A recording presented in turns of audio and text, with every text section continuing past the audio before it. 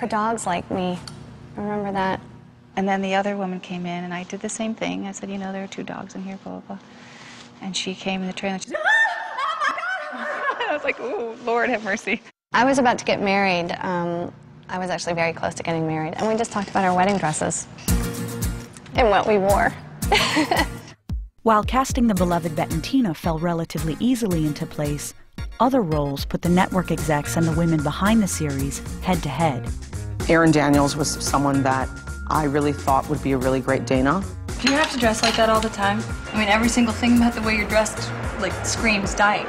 They thought she was too butchy. I was just tired of auditioning for the bimbo. It was so refreshing to read something that was smart.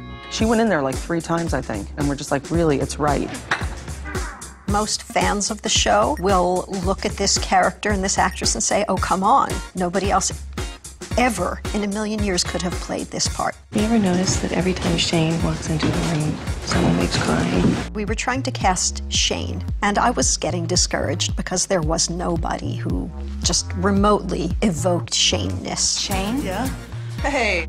And then all of a sudden this girl appears on screen. And I called from the other room to Miggy, who was in the kitchen.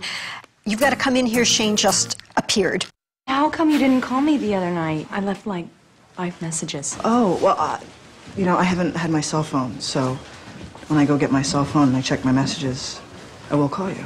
I remember Eileen and I going, oh my God, she's so perfect. And they're like, I don't get it. I'm like, trust us. She's so perfect. Just give us this one. The president of the network was in love with Leisha. And I said, you know, you gotta let me have this girl, this Kate Mennick girl for Shane. She is Shane. And he said, but I love Leisha. She's just so cool. She's fabulous. She has this effervescence. And I said, how about if we cast Leisha as Alice?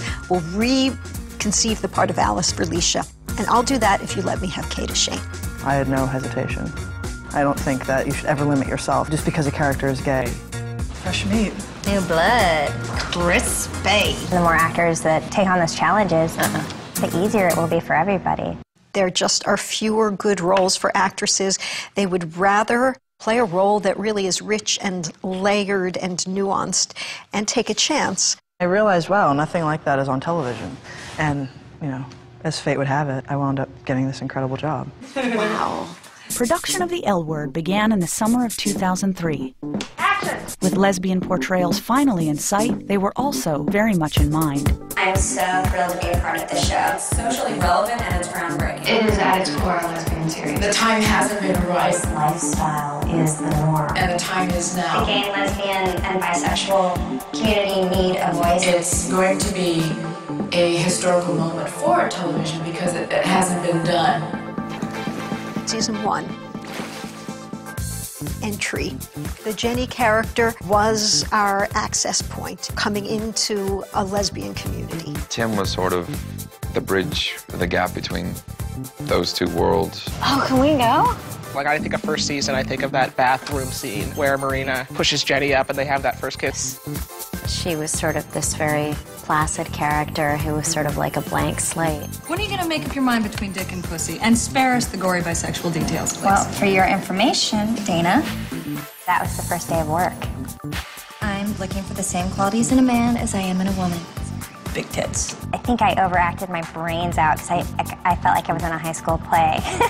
We were all still nervous around Jennifer. It's like, Jennifer's the big star. How do you talk to Jennifer? You do it. Jump in anytime. Okay. We wouldn't be your friends if we just stood back and let you get so what? Boring. Boring. Erin, Leisha, and I, whenever we had scenes together, we'd always get together a couple days before and go over them and rehearse them. That's back when we used to rehearse. We love you so much. We love you guys, we do. Ditto.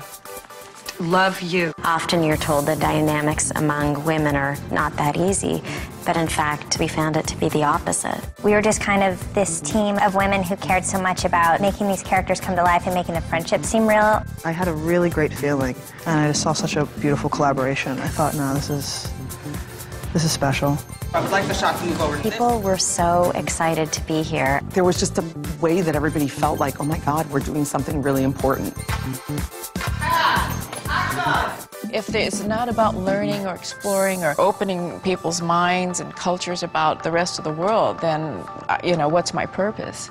Well, for me, one of the things that was most appealing was giving that young girl who maybe was growing up in some kind of rural community some representation of a community to which she belonged, but to which she had no access. I'm so lucky to have you.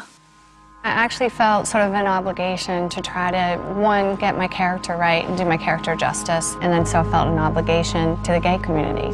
I know the sex scenes were very thought out and everyone was very nervous and very aware of making them real and not like the typical like tickling lesbians. You know what I'm talking about? The love scene in the pilot was a reshoot.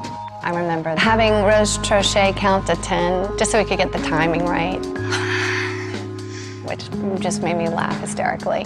Everything was very, very specific, and cut to 6 years later, we're like, whatever. If we do another love scene, we're gonna have to get out the walkers. I'm breaking up with her because she took her Medicare, so We'd be changing on each other in the nursing home. You play checkers with her. her diaper stank. My greatest responsibility, I feel, is to be as truthful as I can. We certainly can't represent all lesbians in every end of the spectrum. I actually don't look at it as pressure. I look at it as the biggest thrill of my life. I don't feel any pressures right now, but look where we are. We're shooting a series that hasn't aired yet. We don't know what the response is going to be, so right now it's very safe. It felt like it was a big moment, kind of like when I was younger at camp watching the first moonwalk, anticipating the first L Word show. I think I sort of felt that way. I remember thinking as I was watching it that it was going to catch on like wildfire. Seeing it unfold that first season was such a thrill. It was really gratifying to know that our story was being told.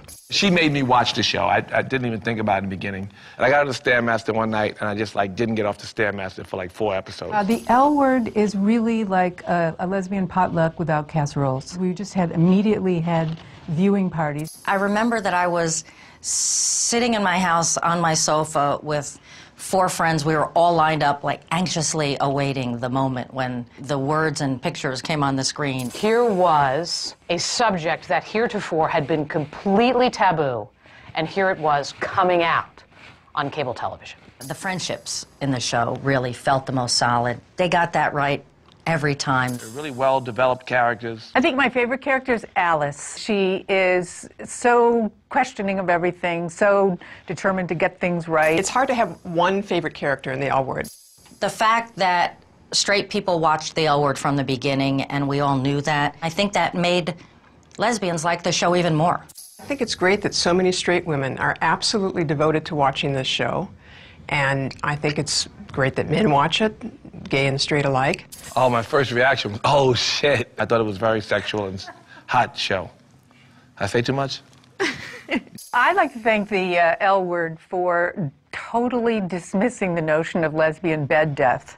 Those girls had sex. Any of us who've had to watch years of heterosexual sex, it's about time that we be able to see something that relates to our lives.